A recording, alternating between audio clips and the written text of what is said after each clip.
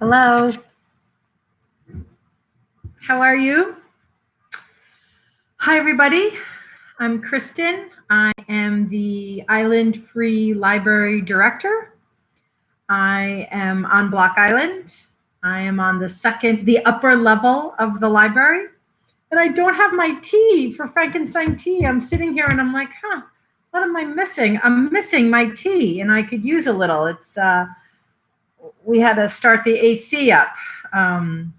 Which is not for the staff ever. It's always about the collection, about keeping the materials without damp and moistness, and keeping them, the artwork and the books and the computers and everything that needs to function in here at a temperature.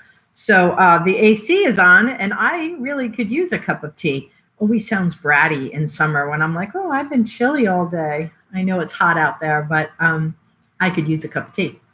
I don't have one, but it's still Frankenstein Tea. So welcome to Frankenstein Tea. Frankenstein Tea is a daily program where I read to you. Isn't that lovely? Sit back and enjoy. I'm going to read you a nice story today. Nice story. I shouldn't say nice. I'm going to read you a story today. You will then determine whether you thought it was nice or enjoyable, whatever other tag you might want to label it with.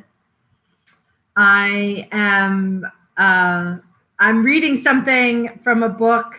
I don't know why I didn't find this one earlier in this session of short story reads. And I've read a few today, and I could have picked any of them. I liked them. So I'll probably return to this book. But for today, I think I picked one that you'll enjoy. I hope so. As you've heard me say before, if not, stick with it. Maybe I'll read something else that you'll enjoy at a different day, or perhaps I've already read something that you'll enjoy. So filter back through the Frankenstein Tea feed there, and perhaps there's another story that I've read. I've read a wide range of stories. That's part of my goal with this program, is to expose readers and listeners to different genres, maybe something that they would not have chosen for themselves. Something that I would not have chosen for myself. I know I've read plenty of that during this time. It's a real effort for me not to go back to my favorites. I would read you Hemingway all day long. I would just sit here and read Hemingway. And I will say that I loved the Ray Bradbury that I read. That was a recommendation from my dad. I could read those. There's a few, that are really my personal favorites, but my role as a librarian is not to do that. It's to buy materials that you'll enjoy, to not just buy things that I'll enjoy. That's not what I do. So I do that at this program too. I try to pick a wide variety of readings, genres, ages, contemporary, old-fashioned, male, female, all voices, authentic voice. That's a real aim that I try to do, is read stories from own voice. I did that a little bit ago on a Sunday. I read a great Indigenous peoples book. I love that author. She wrote The Marrow Bones. Cherie Dimalant. That's not quite it. That's a tough. I'm not sure how to say her name, but that Marrow Bones is a great book. And I read a good short story from that. If anybody caught that was on a Sunday. Definitely worth listening to. It was The Bead Fairy, if anybody remembers that. So anyway, we try to read from own voice. We try to only own books from own voice. There's a great movement within this library and within the field of librarianship to diversify collections, decolonize bookshelves, lots of lingo around that. And we've been working at that for a number of years. I'm proud to say we were really at the forefront of that, and we've done a great job. So we therefore have a great collection of books for me to read to you from. Frankenstein Tea was named after a monster of a virus, right? A monster of a time that we're living through. Maybe you're having a monster of a time. And And if so, like, we're happy you're connecting with us today. We want you to check in with yourself and stay connected to us. And it's a chance for you to just, take a deep breath, maybe turn off the news and, step away from your phone and your social media. Maybe you're going to work through this moment here. Maybe you do chores while I read to you. Whatever works for you is, of course, fine with me. I say to my staff, like, I don't tell people to watch me. You don't have to watch me up here. If you are, hi, this is me on Thursday, June 25th. You can also just listen, right? This is a listening program. I'm going to read to you. I'm checking in with you. You're checking in with yourself. How are you doing today? You all right? Do you have your tea? Do you have some water? Have you drank enough fluid today? Did you sleep well last night? Have you had a good meal today? Have you called someone, have you checked in with someone you love? Is there someone you need to check in with? Do you not need to check in with someone? Do you just need to step back and relax? Whatever that looks like, this is me checking in. Hi, Dad. Dad and his cat. That's a very cute dad. Very good. Check in with yourself. See how you're doing. See what's happening. You got, the joke is that when I said that in March at 3:00, checking in with yourself, well, you made it through the day. You're done. Eat something, watch a little TV, go to bed. But in June, at the end of June here, with July approaching fast, you have time to maybe change your day around. So, change your day around. Maybe jump in the ocean. If you're a Block Islander, go jump in the ocean for me, right? Go take a dip. Get your head wet. Wash it all off. Breathe it in. All right. So Frankenstein Tea, named after a virus, a monster of a time, named after a story, Frankenstein, that's a permissible read, which means it fits all copyright obligations and I would be allowed to record that and blah, blah, blah. I don't always read from permissible reads, but please know that I do quote credit publishers and authors. And I treat this as reader's advisory, right? So I'm going to read one story from a book of short stories, and that then becomes your opportunity to come in and ask me about that story. What book was that? That I really liked that one. So I treat this as part of my job as a librarian, and this is reader advisory. The other part about Frankenstein Tea is that it's called Frankenstein Tea. So in winter, of course, we were having tea. I want tea right now. I'm jealous if you have some tea. Maybe you have iced tea, maybe you have water, whatever, so, it's a chance to take a time out.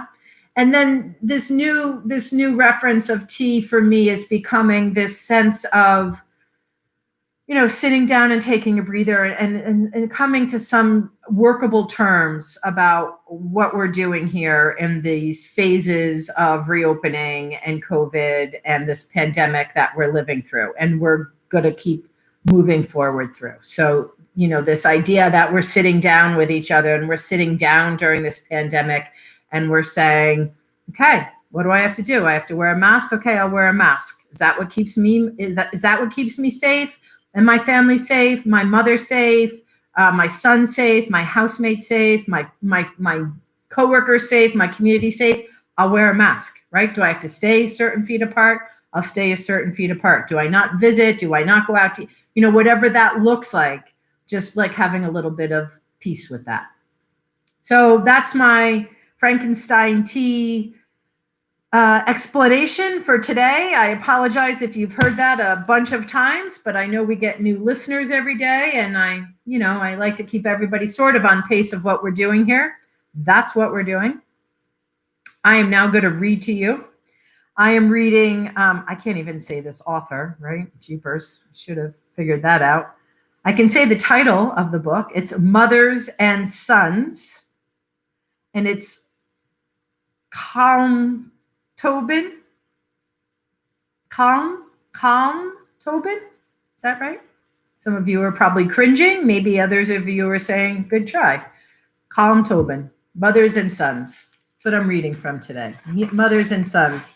It was published by Scribner in 2007.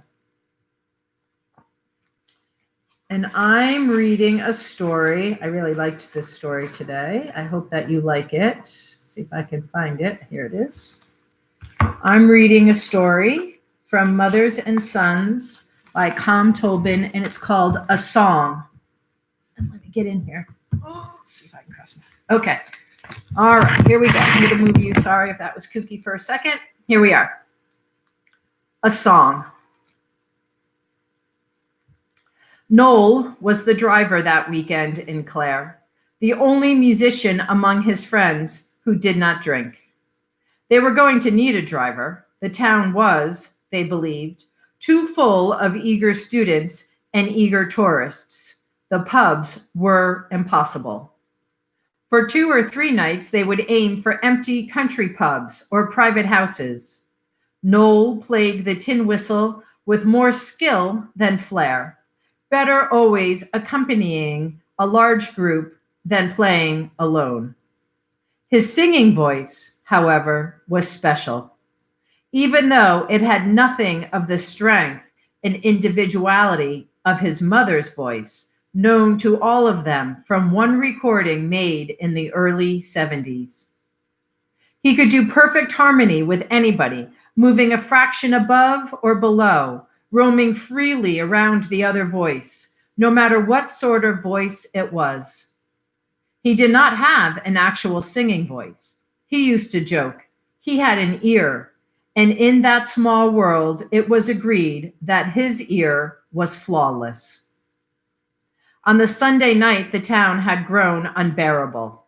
Most visitors were, his friend George said, the sort of people who would blissfully spill pints over your Julian pipes. And even some of the better-known country pubs were too full of outsiders for comfort. Word had spread, for example, of the afternoon session at Kilty's in Millish, and now that the evening was coming in, it was his job to rescue 2 of his friends and take them from there to a private house on the other side of Ennis, where they would have peace to play. As soon as he entered the pub, he saw in the recess by the window one of them playing the melodeon, the other the fiddle, both acknowledging him with the tiniest flick of the eyes and a sharp knitting of the brow. A crowd had gathered around them, 2 other fiddlers and a young woman playing the flute. The table in front of them was laden down with full and half-full pint glasses. Noel stood back and looked around him before going up to the bar to get a soda, water, and lime. The music had brightened the atmosphere of the pub so that even the visitors, including those who knew nothing about the music, had a strange glow of contentment and ease.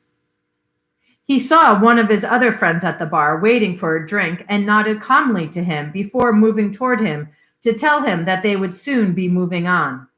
His friend agreed to come with them. "Don't tell anyone where we're going," Noel said.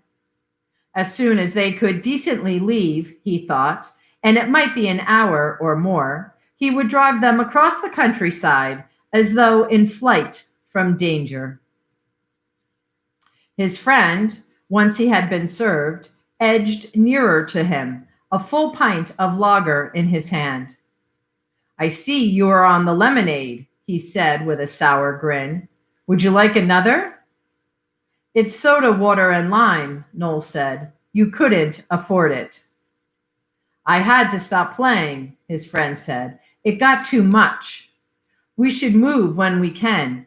Is there much drink in the other place?" "You're asking the wrong man," Noel said, guessing that his friend had been drinking all afternoon. "We can get drink on the way," his friend said. "I'm ready to go when the boys are," Noel said, nodding in the direction of the music.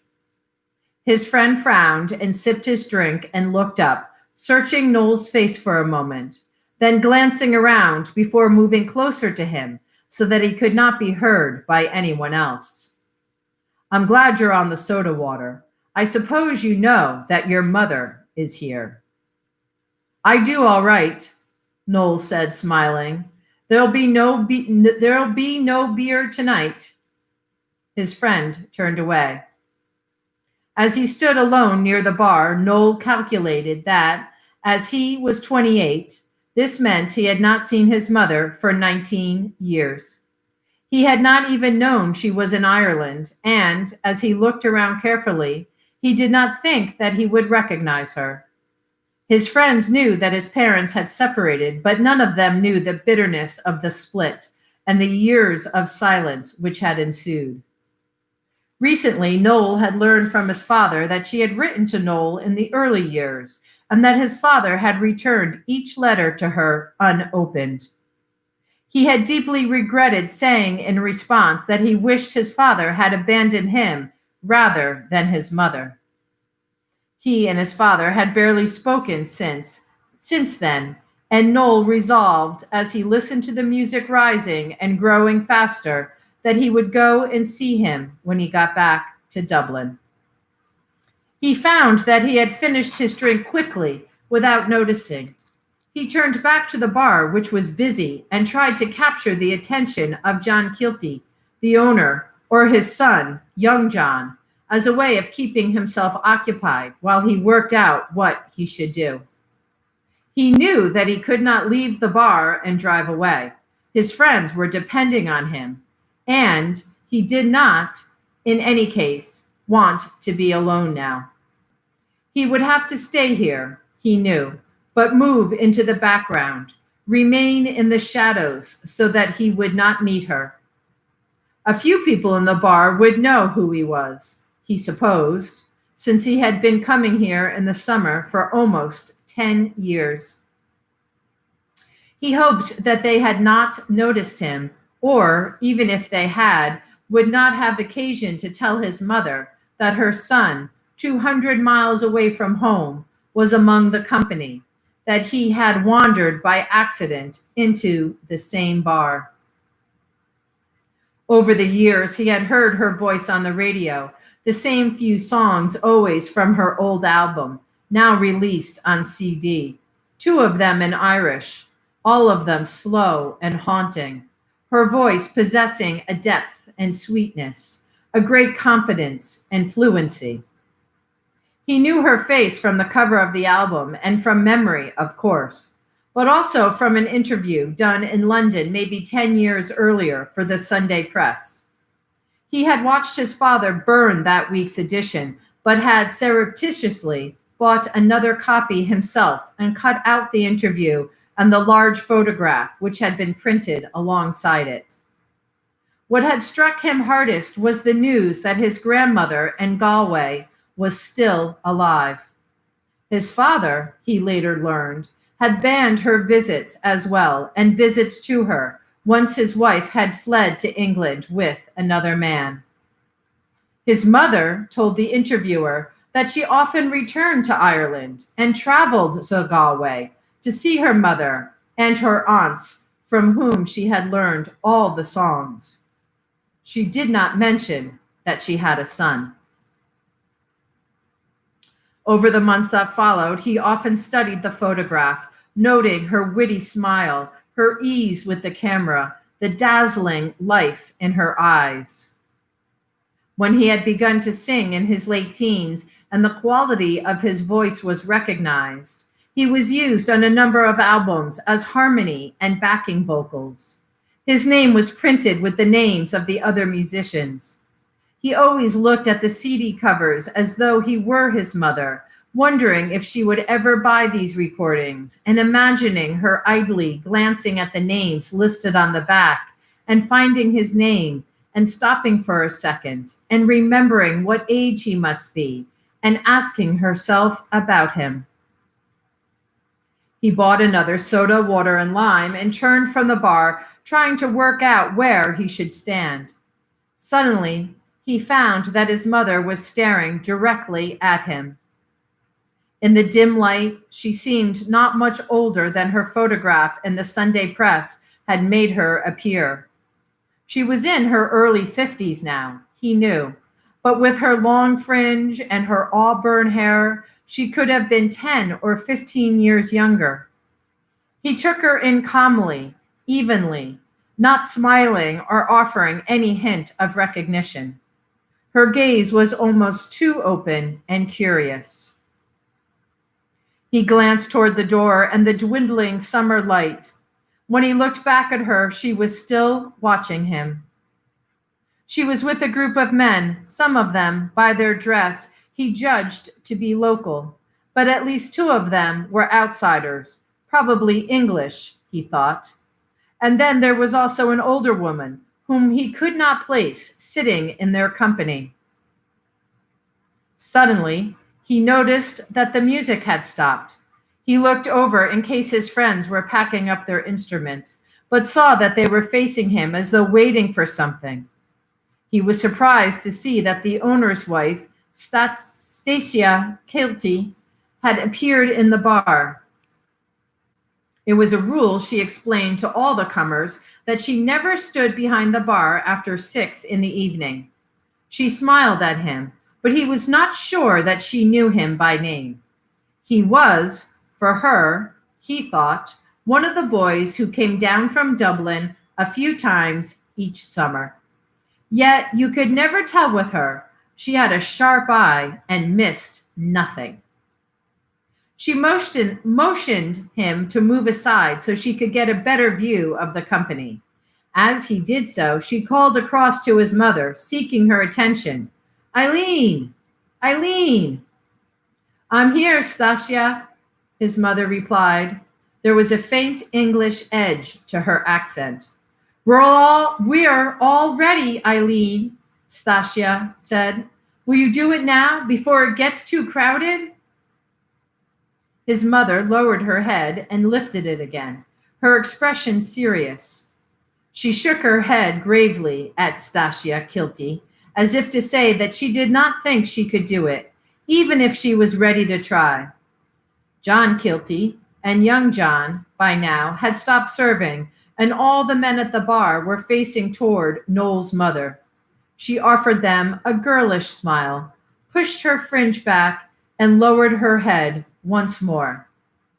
"Silence now," John Kilty shouted. Her voice, when it rose, seemed to come from nowhere.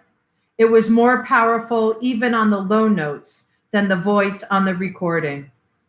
Most people in the bar would know, Noel thought, 1 or 2 versions of the song she sang, which were plainer, and some might also know his mother's version. This rendition was wilder, all grace notes and flourishes and sudden shifts of tone. As she moved into the second verse, she lifted her head, her eyes wide open, and she smiled at Stasia, who stood behind the bar with her arms folded. Noel believed that she had started too intensely, that it would be impossible to get through the 8 or 9 verses without losing something, without being forced to bring the voltage down. As she carried on, however, he knew he was wrong. Her control of her breathing for the high grace notes was astonishing, but it was also her naturalness with the language which made the difference. It was her first language, as it must have been his, but his Irish was half forgotten now. Her style was the old style, with electricity added, almost declamatory at times, with hardly any interest in the sweetness of the tune. He had not intended to shift from where he stood, but he found that he had come closer to her and stood alone between her group and the bar. The song, like many of the old songs, was about unrequited love, but it was different from most of them in its increasing bitterness. Soon it became a song about treachery. She had her eyes closed as she worked on trills and long notes.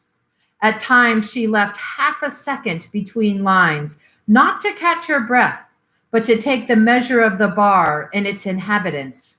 Let them hear their own stillness as the song began its slow and despairing conclusion.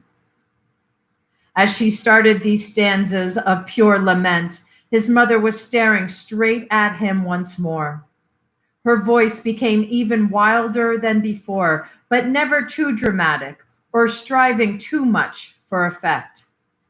She did not take her eyes from Noel as she came to the famous last verse. He, in turn, had worked out in his head a way of singing above her. He imagined fiercely how it could be done, how her voice would evade such accompaniment and would perhaps deliberately wrong-foot it. But he believed if he was ready to move a fraction more up or down, as she did, that it could be managed. However, he knew to remain silent and watch her quietly as she looked into his eyes. He was aware that everyone was watching her as she sang of her love, who took her from her, and south, who took north from her, and south from her, east from her, and west from her. And now she lowered her head again and almost spoke the last words. Her love had taken God from her. When she finished, she nodded at John Kilty and Stasia and turned modestly to her friends, not acknowledging the applause. When Noel noticed Stasia Kilty looking at him and smiling warmly and familiarly, he believed that she knew who he was. And he realized then that he could not stay. He would have to summon the others, try to exude a natural impatience. He would have to make it look normal that his mother would remain with her friends and that he would leave with his. God, that was powerful, one of them said when he approached the recess at the window. She's a fine voice, all right, Noel replied. Are we going to stay or what? His friend asked. I told the others I'd drive you to Kusan as soon as I could. They'll be waiting for you. We'll drink up so, his friend said. As they slowly prepared themselves for departure, he kept an eye on Stasia Kilty. She had moved from behind the bar and was accosted by a few drinkers for polite banter, but she was clearly on her way to speak to his mother. It would take Stasia a while to mention that Noel was in the bar. Indeed, she might not mention it at all.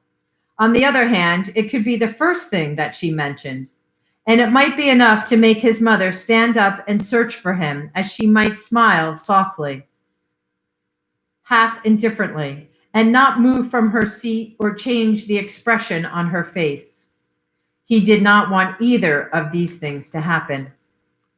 He turned and noticed that his friends still had not finished their drinks. They had barely put away their instruments. I'm going out to the car, he said. You'll find me out there. Make sure you grab Jimmy up at the bar. I'm taking him too. When one of them looked at him puzzled, he knew that he had spoken falsely and too fast. He shrugged and made his way past the drinkers at the front door of the pub, making sure not to look at anybody. Outside, as the first car of the evening with its full headlights on approached, he was shaking. He knew he would have to be careful to say nothing more, to pretend that it had been an ordinary evening.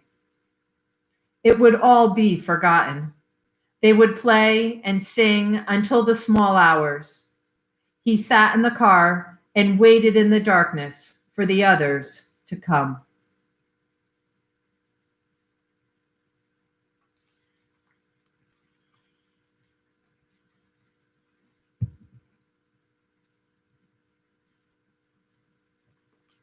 That was a song from Mothers and Son by Colm Tobin.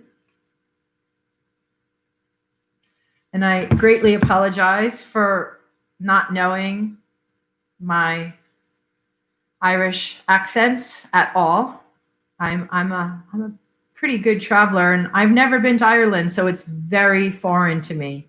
You know, some things I can kind of pull off. I studied French in high school and college, and, you know, I've been a couple of places in my travels. So some things I can pull off, but I seriously can't do any Irish at all. So I apologize for not being able to say the author's name, for mispronouncing places. And her name was Statia. And what did I call her? Stacia? Statia. So my apologies. Thanks for coming to Frankenstein Tea. I'll see you tomorrow at 3 o'clock for another story. Have a great afternoon.